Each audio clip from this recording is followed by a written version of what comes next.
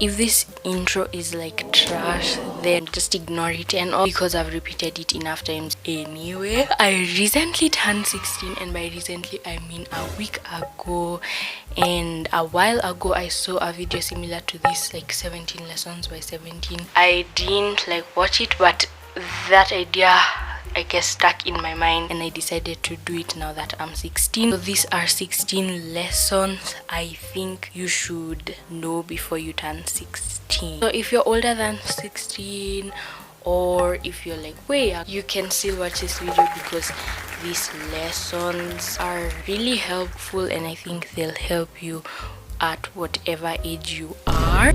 So the first one is take time to enjoy the moment, and we all know that time has gone by so fast, especially like if you think 2020 was 5 years ago. It's crazy to think that we were all quarantined and stuff 5 years ago. It literally feels like it was months ago, but that's just to tell you that time goes by so fast. So if you don't take time intentionally to make memories, you won't have any memories of like the specific age you're in, or the specific like time of life you're in right now. Because if you just spend time on your phone and stuff doing nothing memorable, then you obviously won't have memories of that, and we all want memory to remember when we're older. The second one is what you do today impacts your tomorrow, and this applies a lot to me,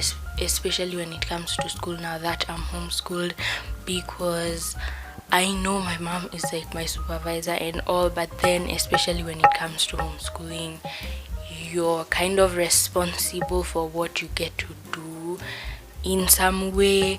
So sometimes you just feel like you don't want to study or do such things, or like you're tired and stuff. Anything, even folding clothes, applies to that. But what you do today impacts your tomorrow, in that if let's say you procrastinate and don't do the thing you were supposed to do and decide to do it tomorrow, maybe you have something important to do tomorrow that is actually placed there and you have to do. Now the thing that you didn't do the previous day is blocking what you're supposed to be doing. Also, another example is, let's just say some successful business owner, if they didn't work hard the years they started working and starting their business and stuff, they wouldn't be where they were today. So that's just to see again that if you don't work hard today and do what you're supposed to do, then tomorrow is not going to be the way you expect it to be, obviously.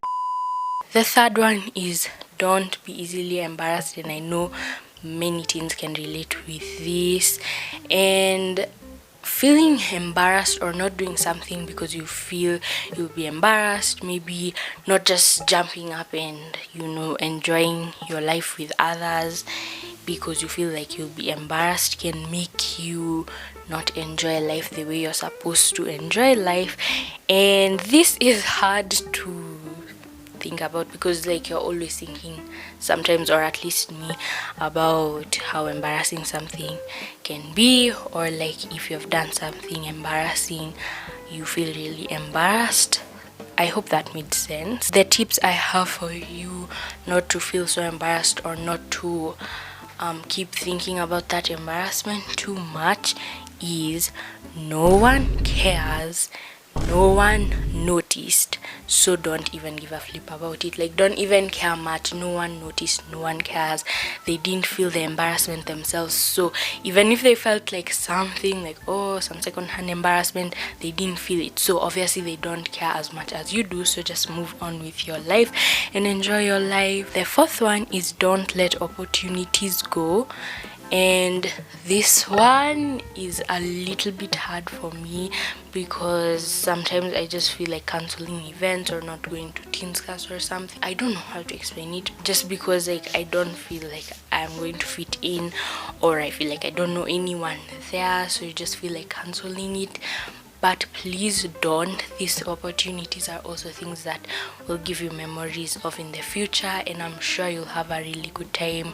Even if you're going to an event where you don't know anyone, just make friends, go for it. you don't know what is in it until you just try. Don't let opportunities go, and it doesn't have to be even big opportunities. It can even be talking to someone who is next to you. Don't let the opportunity go. You don't know, you might end up being amazing friends. The fifth one is make friends, and don't be afraid what they'll think of you. Most people don't mind a friendly conversation, so sometimes the fear of what other people will think about us makes us not want to make friends. But most people wouldn't mind a friendly conversation. Like, just think about yourself.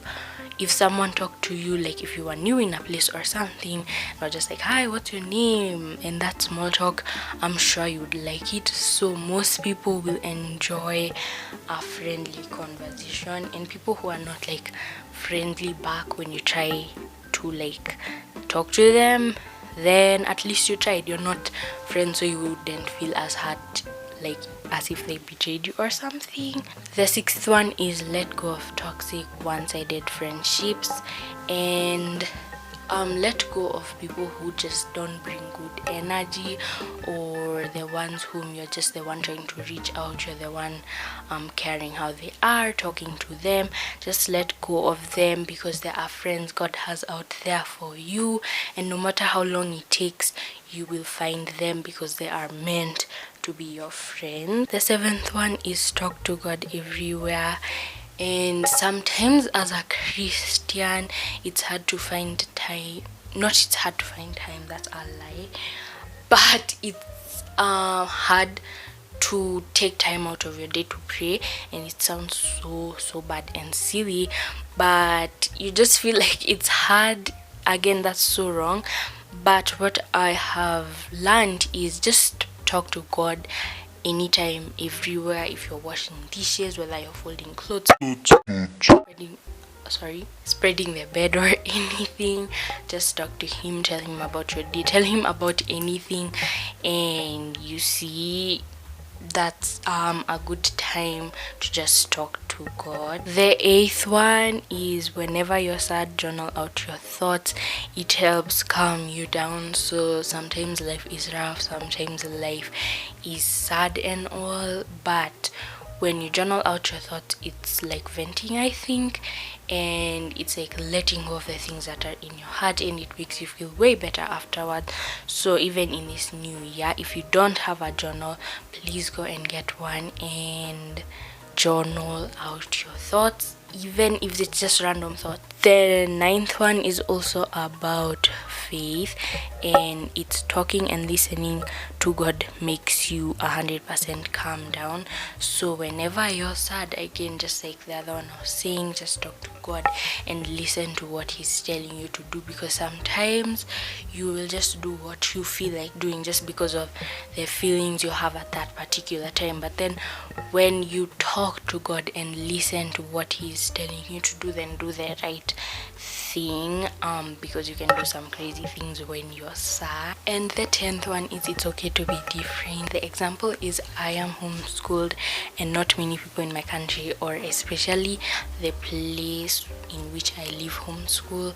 So it feels a little bit weird to tell people I homeschool, but the point is it's okay to be different, and if everyone was the exact same, then we wouldn't have different personalities. Being different equals being unique, and that's a good thing. It helps us stand out. The 11th one is just because everyone else is doing something doesn't mean it's the right thing to do, and as teens we can get influenced to do stuff that we know deep down is not the right thing for us to do, but we must intentionally say no to the things we know truly are not the right things for us. The 12th one is I must be intentional about spending time with God in order to go close to him. Again, this is for the Christian. Obviously, as a Christian, you want to grow close to God, you want to have a deep relationship with the Lord. But if you obviously don't spend time with him, there's no way you're going to grow close to him. It's just the same way with a friendship.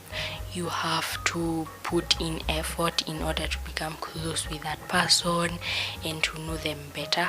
So to know God better and to grow closer to him, you must be intentional about spending time with him. The 13th one is deal with conflict in a mature way, and this can be in any like conflict, but especially with friends. Not like I've had any conflict with friends recently, but a while ago I did, like a couple years ago, and let me just say I didn't act in the right way.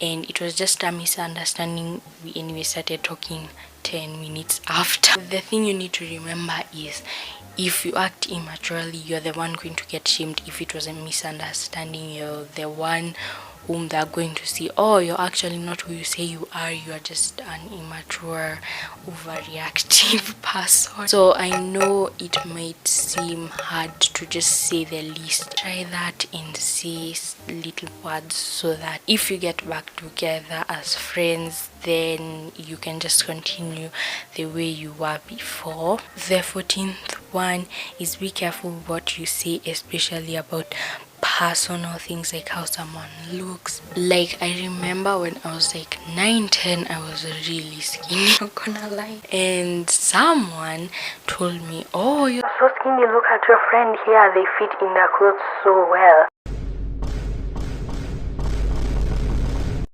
That was the moment I realized I was skinny, and I felt so insecure about it afterwards, to like many years after. And please just don't say anything about personal things like that, even if you think it's a joke or you were just saying it without much thought. Please be careful what you say. It really sticks with people afterwards, so just hold it in. Number 15 is speak with confidence, and this is something I am really working on. Sometimes, like especially when you're talking or answering a question to an adult, you speak like shyly, or at least I do that, and you don't say what you want the way you would have wanted it to sound. Especially like, of course, I want to be a confident person. I want to say what I want to say with confidence, but sometimes you don't do that. So just speak the way you want. Number 16 and the last one is be confident because of who you know you are and not because of what others say. And I know a compliment can like boost up your confidence a lot and you feel so confident about it later, but then someone else can come and say something negative about you and now you feel not confident about yourself because of what they said. And that's not the right way to do things, because you should just be confident in who you know you are. Like, you know you are fearfully and wonderfully made, so that when someone says something, it doesn't just drain your confidence back to zero. So those were all the tips I have for you guys, and if any of the tips stood out for you, then just write them down so that you keep reminding them to yourself.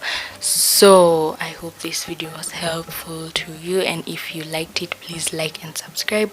Also comment down below anything or like any video ideas, and I'll see you in my next video. Bye.